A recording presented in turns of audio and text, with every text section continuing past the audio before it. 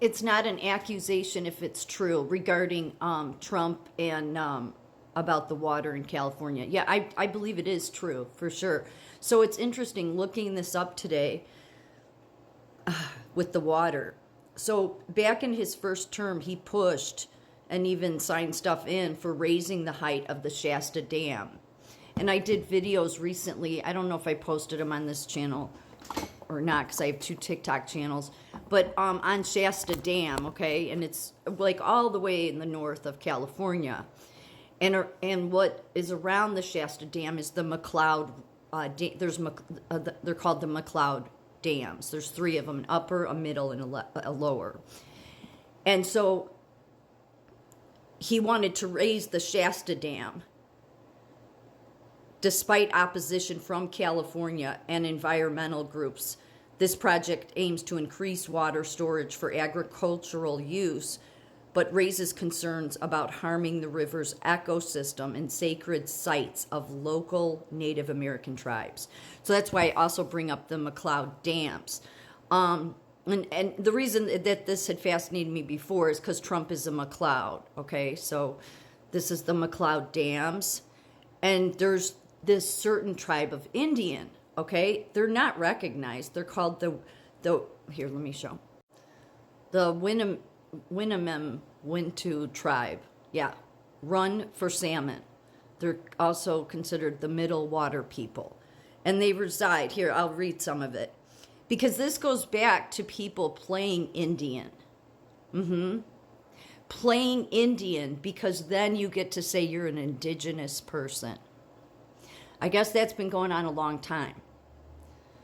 So I think that, I'm not trying to say we don't have, and there's actually true Native American Indians who go after the fraud of this stuff. But there's a ton of these people that claim their tribe and all of this stuff. And so this is one of them. So this tribe are a traditional tribe who inhabitate our ancestral territory from Mount Shasta down the Waymarket, which the Waymarket watershed is the McCloud River. When the Shasta Dam was constructed during World War II, it flooded our home and blocked the salmon runs.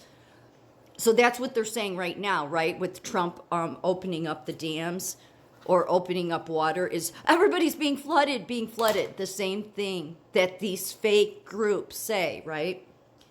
So this whole whatever they believe is strange to me because they refer to themselves as salmon people. As salmon people and middle water people, we advocate for all aspects of clean water and the restoration of salmon to their natural spawning grounds. So again, they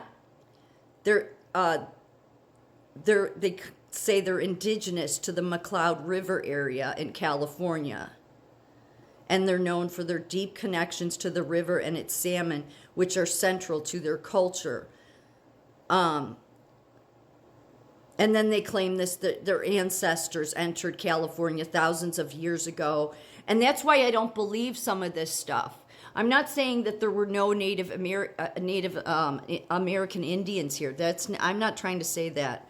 I'm saying that I don't think there's as many. I think there's a ton of groups. I think Trump knows it. And they claim that they are indigenous people. And then, of course, the radical left, because they're out of their mind, wants to claim, we stole this land another way, just like the people want to call everybody racist. The thing is, this group hates whites. They do. But I'm not saying all the Indian tribes do, but a lot of them do. And then this took me, there's so many levels to this that I can't do in such a short time period. But they seem like they're just people. I think and then it all goes to this birthright citizenship too, that people are arguing about.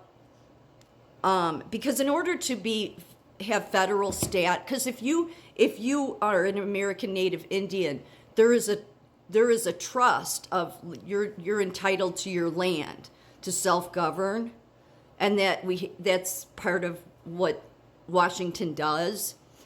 And yet Trump, back in 2018 or during his first term, he took away the Massapequa Indians. These were supposedly the Indians that were here when the Pilgrims arrived. Trump took away I don't want to say he didn't take away their status. He was revoking their rights to being the settlers of the land. And they ended up then when Biden went in, the courts, of course, were saying, this is horrible, you can't do this. Well, for him to do that, all I can think is that maybe there's been a bunch of tribes claiming they were here and they weren't. Not saying all of them, because there's a lot of tribes, and the true tribes seem to try to combat these fraudulent ones. But interestingly enough, some of it goes back to the Kennedys, and I'm not saying that they were necessarily on the wrong side of this. Kennedy was really wanting to pull in the American Indian vote, and so some of his advisors disagreed with him. And one of his advisors, in an article from a while ago, had said his name is what stood out to me. His name was Adam Dutton. Dutton, like from Yellowstone. Remember the family was the Duttons that owned the Yellowstone? I just thought that was telling when I was reading that.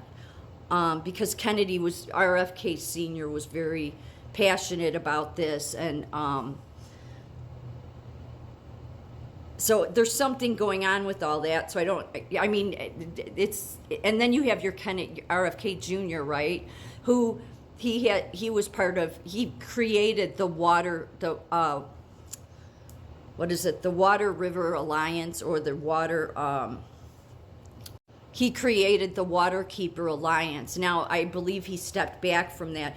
I'm almost glad he's in the role he's in, because I wonder if Trump put him in it because he's an environmental freak. But they kind of, it goes back to the Hudson River, and it's like this Water Alliance and Creek Alliance. They're controlling a lot of this. Now, the Indian tribes that I've looked at that have been tied to them, they've been federally recognized Indian tribes. But this one that has been surrounding Shasta Mountain in the McCloud River area, most especially, has been, these groups are like great for then causing all this chaos, and then you end up with all these fires. But then it's all excuses to use so that you can't advance America, which is why yesterday I said in a video how Trump had posted, or he said in a rally, maybe both, he said if RFK Jr. has his way, we'll be living in a cave to candlelight. That's how these groups are. It's like what was going on in the show Yellowstone, okay? Like, you can't do anything to the land, so just let people burn to death and die. And then they use excuses like the fish. So here's one, for instance. Again, it's part of the Waterkeeper organization. I don't know, you're not the keeper of anything, but they've basically, put it upon themselves. And they seem to be a big component that stands in the way. And here's where the racket is, I think, okay, is because Kennedy started all this because of pollution in the Hudson River, okay?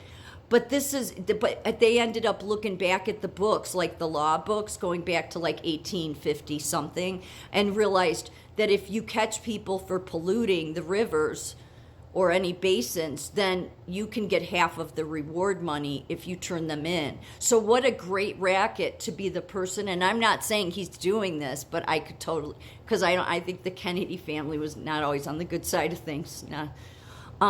You could see somebody saying, well, we're going to have a group of people go pollute just so we can get this money from the federal government. You see what a racket that could be?